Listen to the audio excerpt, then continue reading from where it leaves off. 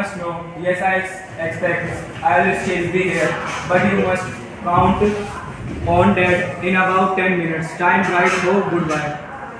Why? This is a surprise, Mr. ER. I am glad you are pleased to see me. I don't think you shall be pleased for long. Put those phones out. This is all very melodramatic, not very original, perhaps, but Trying to be calm and calm. nonchalant is your word, I think. Thanks a lot. You shall soon stop being smart. I shall make you crawl. I want to know a few things. See. Anything you like, I know all the answers, but before we think, I should like to change my position. You may be comfortable, but I am not. Sit down there and no one funny business. Motion to a chair and seat himself on the divan by the bed. Now then, we will have a nice little talk about yourself.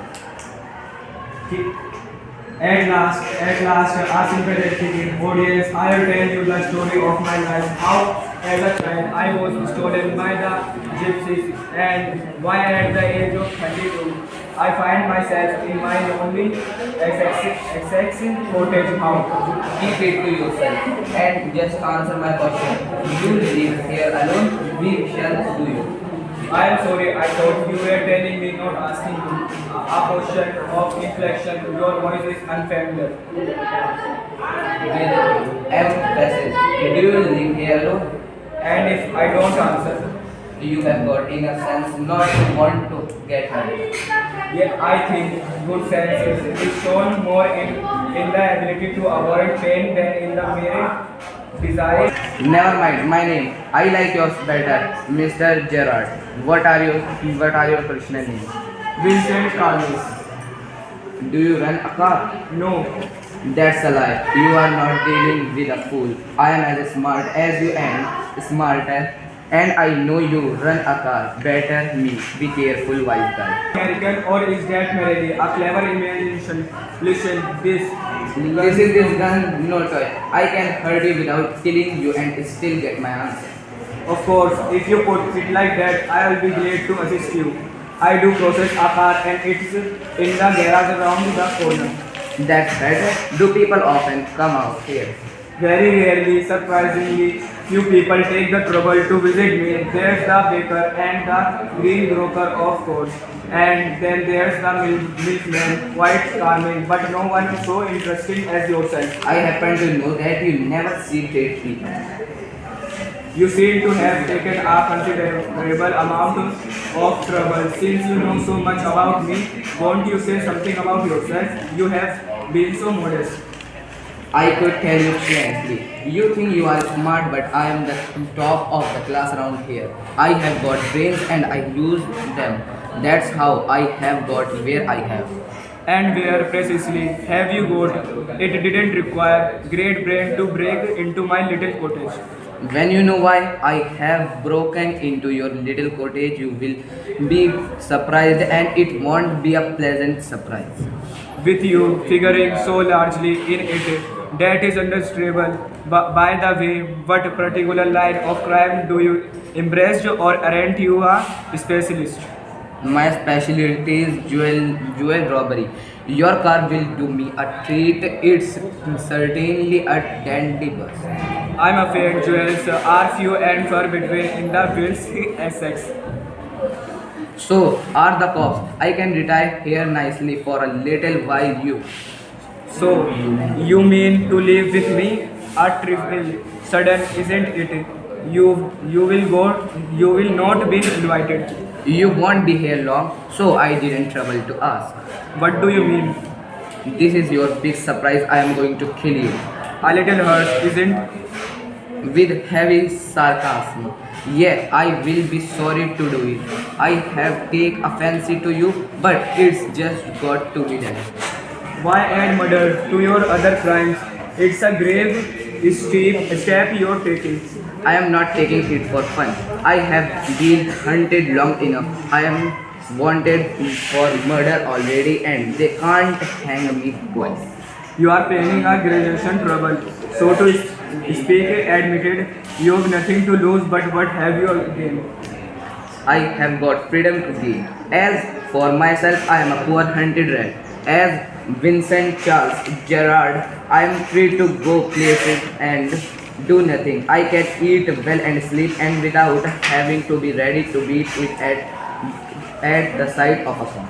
In most melodramas, the villain is foolish, he knows to delay. He is killing long, he knows to be frustrated. You are much luckier. I am okay. I have got a reason for everything. I am going to be Vincent Charles Gerard. See, I have got to know what he talk like. Now I know that posh stuff comes easy. This is Mr. V.C. Gerard speaking. Pantomime of phoning in imitation cultured voice.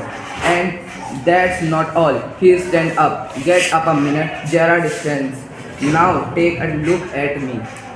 You are not particularly decorative. No, well, that goes for you too. I have only got to wear space, and I will be enough like you to get me with. What about your clothes? They will let you down if you are not careful. That shall be all right. You are will be with me right. That's it extremely interesting, but you seem to miss the point of my remark. I said you were luckier than most melodramatic villains. It was not a tribute to your intelligence. You won't kill me for a very good reason. So that's what you think. You will let me go, and thank God you didn't shoot sooner. Come on, what's on your mind? Better be quick. This conversation bores me. You idiot. Your idea is to elude the police by killing me and taking my identity. Yes, I like the idea. But are you sure it's going to help you? Now listen here. I have got this all planned. I did a job in town. The things went wrong and I killed a cop since then. I have done nothing but dodge. And this is where dodging has brought you. It brought me to Aylesbury. That's where I saw you in the car. Two other people saw you and started to talk. I listened. It took like you are a big quiet, kind of a mystery man. A mystery which I purpose to explain. This regarding thing, you phone your order and something you go away suddenly and come back just the same. Those are just the thing I want to do. Hearing about you was one of my luckiest days. Apparently, you haven't the intelligence to ask why I am invested in this college of mystery. Preparing to school, as I said before, this conservation bores me. Don't be a fool. If you shoot, you will hang out for sure. It's not as yourself, then as Vincent Charles Garrett. What is this? This is your big surprise. I said you would kill me and I was right. Why do you think I am here today and gone tomorrow? Never see it text people. You say my habits would shoot you. You are a cook. Do you think I am a Sunday school teacher? The game's up. As far as I am concerned, things went wrong with me. I said it with bullets and got away. Unfortunately, they got one of my men and found things the fool should have burnt. Tonight I am expecting trouble. My bag's packed ready to clear off. There is it. It's a bag, alright. And this is a gun, alright. What's all this?